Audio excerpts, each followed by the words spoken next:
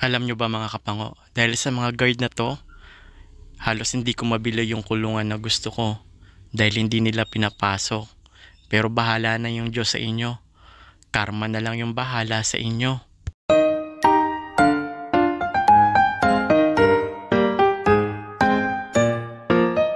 Hello everyone guys, hello mga kapango. So welcome back dito sa aking YouTube channel. At sa mga hindi po nakakilala, hello po, ako nga po pala si Jan. At ito yung mga alaga natin pangombahay. Ayan, si Reker, nandito ngayon si Reker. Kasi pinalinis ko yung labas, yung kulungan niya. Papalitan kasi natin siya. Plano ko na to talaga, pinag-ipunan ko siya. So, nag-ipon ako, sahod natin dito sa YouTube. Wala pa naman tayong sahod sa Facebook. Kasi medyo mahirap talaga pagdating sa Facebook. So, yan, nag-ipon tayo dito sa YouTube. So, kaya gusto ko rin magpasalamat sa inyo sa mga nanonood dito sa aking YouTube channel. Maraming salamat po sa inyo. Because of you guys, yan, nabibili ko yung pangangailangan ng mga alaga akong aso. So, very thankful talaga ako sa inyo guys, sa mga bago nating subscriber po. At ngayon guys, papakita ko sa inyo yung pinapalinis ko ngayon na kasi may parating tayong bagong kulungan. So, bumili ako ng bagong stainless na kulungan nila. Darating mamaya ang 12. So, ito naman to. Ito, pinapalinis natin. Patingin ako ready. Ayan guys, kaspasin mo rin din ready yung dingding. Ayan. Oo, kaspasin mo rin yan. Ayan. Ito kasi yung wall natin. Ayan. Tapos dito ko ilalagay yung bagong stainless na kulungan. May parating kasi tayo. Kaya pinapalinis ko talaga.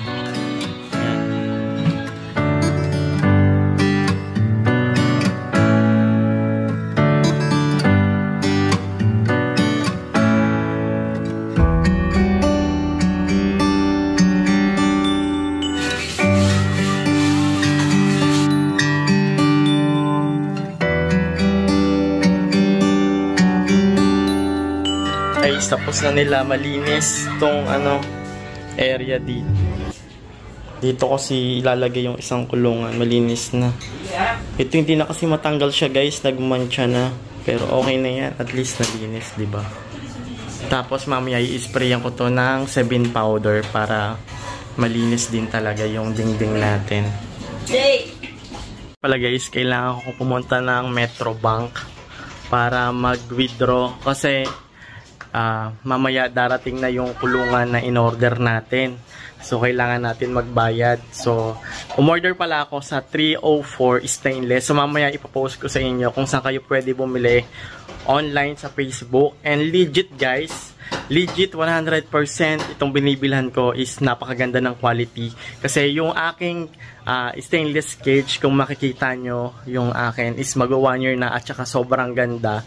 Pag masipag lang talaga kayo linis ng stainless, talagang hindi siya makakalawangin talaga, hindi siya kinakalawang. Medyo tamad-tamad lang talaga ako minsan maglinis kapag sinisipag lang talaga. So ito na yung ating, so ayan guys, so onting replenish na lang yan dyan. Lalagyan ko siya na ng sealant. Yung meron akong binili na kulay white. Tapos ito yung chihuahua natin. Gusto ko kasi magkaroon sila ng magandang kulungan din para pagdating ng December maganda na yung itsura dito. Tapos ang gagawin ko, i-sprayan ko pa na lang yan ng 7 powder kasi ginagamit ko yung Betcore spray. Ayan. So dito guys, malinis naman talaga. Wala na pong garapata. Garapata free na po sila dito. Ayan. Ganito yung itsura dito mga kapango. So mamaya pagbalik ko, umpisan ko naman to, lagyan ng sealant sa gilid.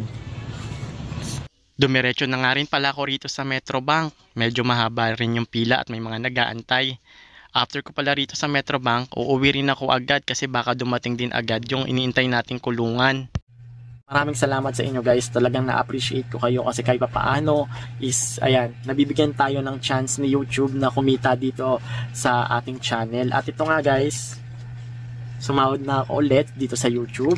At ang maganda nito, ang bibilhin ko talaga sa pera is yung kulungan ng aso ko. Gusto ko kasi sila mabigyan ng mas komportableng kulungan, mas magandang kulungan. And to be honest, pangalawang kulungan ko na to na bibilhin sa kanila guys. Rabia! So ayun na guys, medyo lumawak na. Hintay ko lang na yung kulungan. Tapos lalagyan ko lang ng sealant yung gilid. Ayan.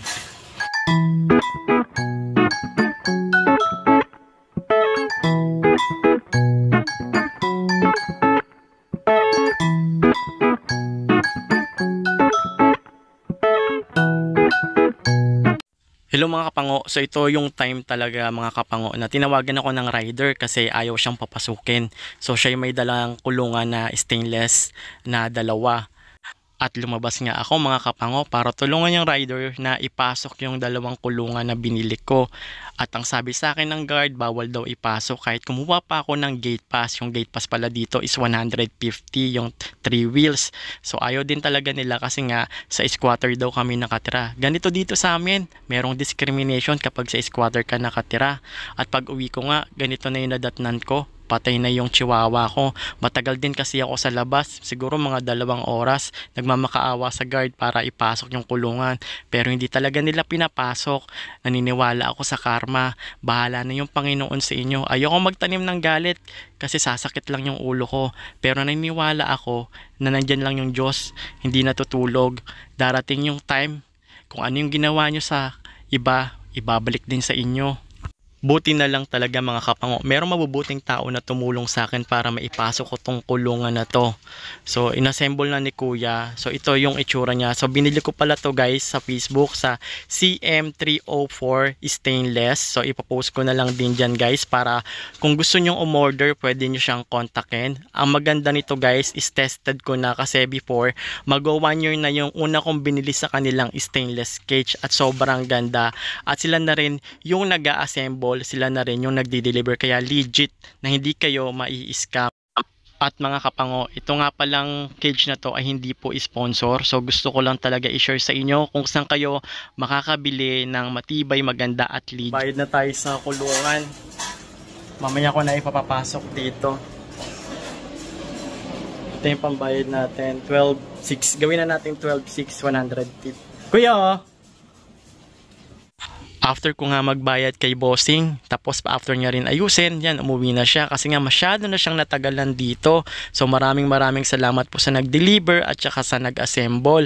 Kung ako lang kasi guys, mga kapango, hindi ko talaga to kakayanin i-assemble kasi wala talaga akong alam dito.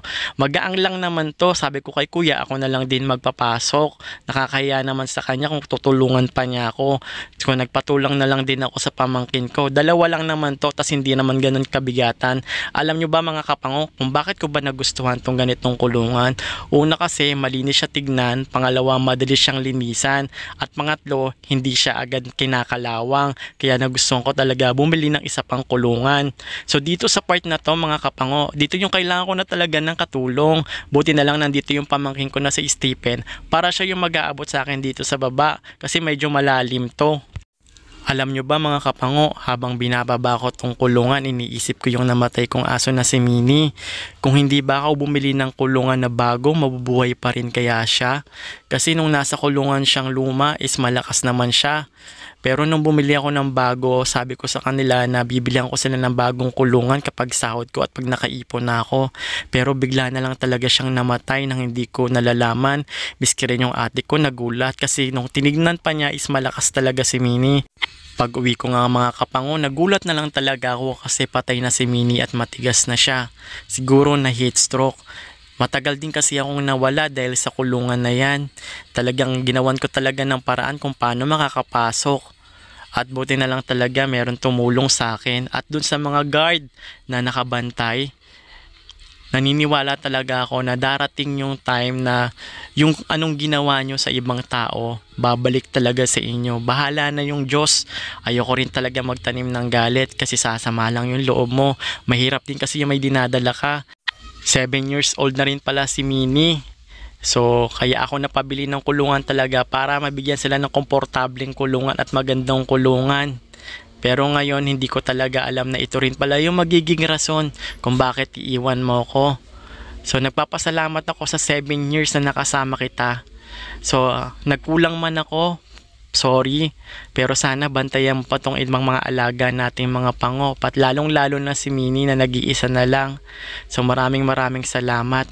Hanggang dito na lang itong video na to mga kapango. Sana wag niyong kalimutan na i-like, i-follow at i-share tong aming video at suportahan.